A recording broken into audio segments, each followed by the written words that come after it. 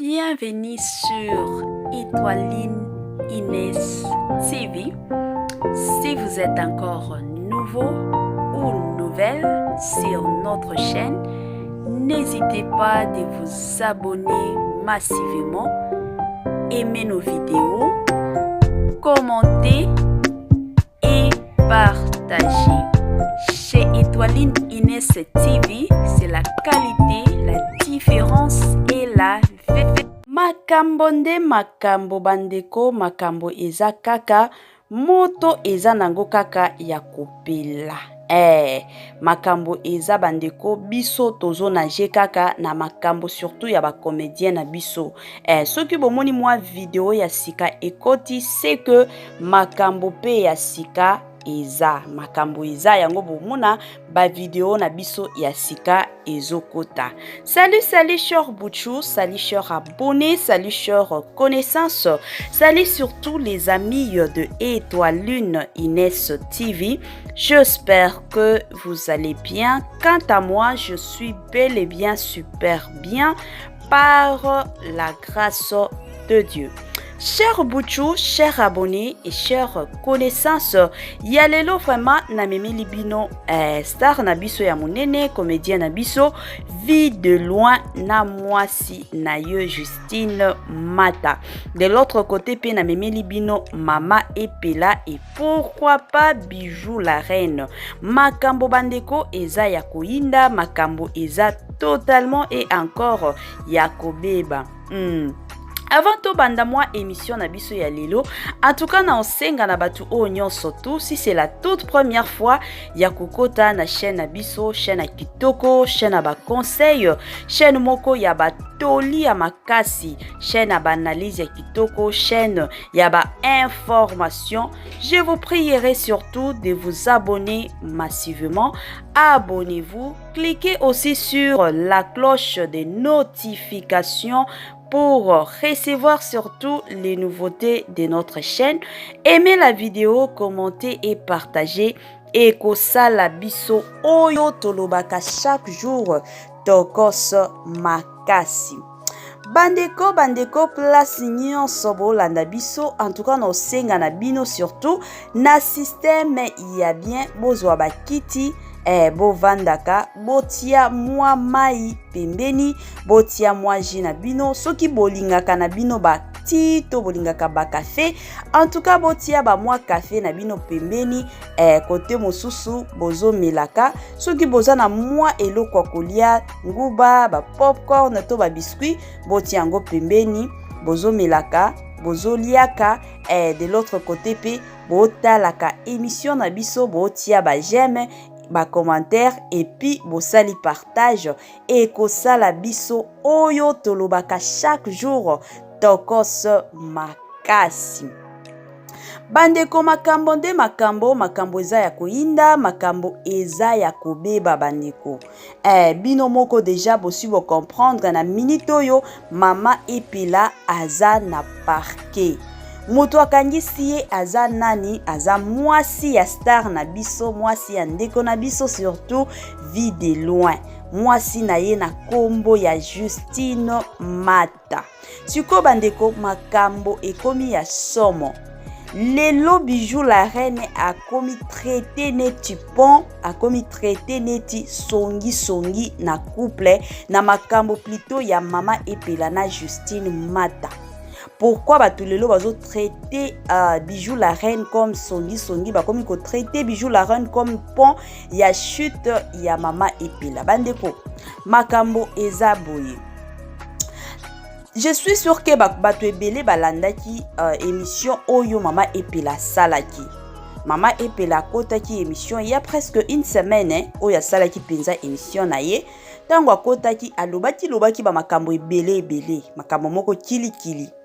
Eza na batukutu basalela bango ba émission biso nyonso to salela ba émission ba makambo penza Mama Epela ayaki ko bimisa to salela ba émission bato ebele pe basalela ba émission. Siko ayaki ko salaki eza na bandeko mosusu oyo bazwaki émission ya Mama Epela baye ko tindela ngo Justine Mata parce que ye na minute oyo surtout na ba makambo oyo nyonso ebimaki aboyaki na ye kovandaka alandaka na ye ba émission parce que ebele ya bato déjà basaleli ba émission ebele ya bato bafinga Justine Mata pas possible. Sikoyo ye kosalaki na ndeko moko azweki émission oyo mama epela asalaki. Tango aye kozwa émission wana aye kotindela ngo Justine Mata. Justine Mata pe alandi émission wana en tout cas esalaki ye pasi na motema. Tango aye kotala ngo aye pe kotindela famille na ye aye pe kotindela ba camarades na ye bandeko. Tango ba camarades pe na famille baye koyoka en tout cas bazalaki totalement ya kosilika balobi non trop c'est trop. Pourquoi maman oyo akoti kokende na ba émission aloba makambo oyo nyonso tout. C'est ainsi que bango basilika ki balobi te mama oyo il faut kaka tokangisa ye. Dès baye kosala ki tokangisa ye ndenge nini toyebi te place avandaka te il faut to triquer ye. Allez, nde Justine Mata ye kovanda vandi alobi na makambo nyonso mutu na sololaka pe na ye bien makasi ezalaka pe Bijou la reine. Na solola na Bijou la reine soki akoki kotianga en contact. Nde aye kobenga Bijou la reine. Bijou la reine mwasi moko kitoko, mwasi moko ya pembe makasi. Mwasi moko azala na respire et puis ajouaka pe kitoko asincarnaka pe na barole na ye na système moko ya tokos. Bandeko Justine Mata aye kovanda abengi Bijou la reine bakomi kosolola. Tombo aye kosolola wana Bijou la reine pe aye pe kopesa ye mwa conseil kandenge ezalaka na mwa makambo ezotambola surtout na ba réseaux sociaux. Apesi ba conseil basololi baseki na bango. Nde na suka ba kata lobi est-ce que okoki kotianga en contact na mama epela. Naza na posa na kutana na mama epela to solola. Sikoyo ye Bijou la reine pe ayebaki na ye te ke balingi bakangisa mama epela. Ayebaki na ye te. Justine Mata abetelaki ye lisolo te. Te ayebisi mama epela kutu na minute to solola mama epela aza na place tel azosala ba tournage na ye. Donc soki oza na poso koki kokende ka kuna bokoki kosolola après tournage na ye. Alobi ok pas de problème comme ça na okende na kutana na ye. Esilika wana. Et puis eye kosala ki après quelques heures ba makambo ye kobimaki ba ye kokanga mama epela. Suko mama epela bakendo kanga ye kana place abando sala ba tournage na ye. Des places penza bakendo kanga ye.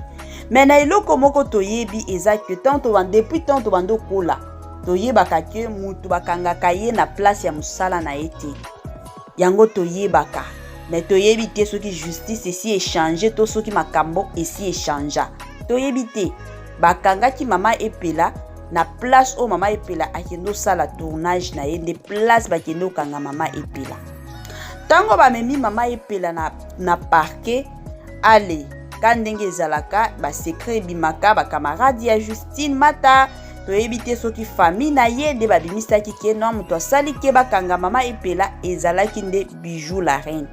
Yango ebele ya batu lelo bakomi kosalela ngo ba émission ebele ya batu lelo bakomi ko traiter surtout mama Bijou la reine ke non ye mutu abimi songi ye mutu asali ke bakangisa mama epela ba makambo bandeko eza mwa kilikili.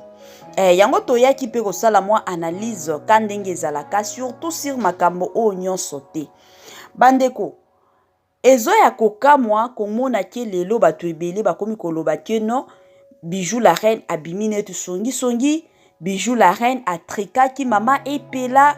Bijou la reine nde azalaki pont oyo mama o bakangiaki mama epela. Bandeko na système nini na ndenge nini na ndenge kana expliquer bino ke non Justine Mata abengaki Bijou la reine basololi epi na suka lobi naza na posa otianga en contact na mama epela. Naza na posa tokutana na ye to solola na ye.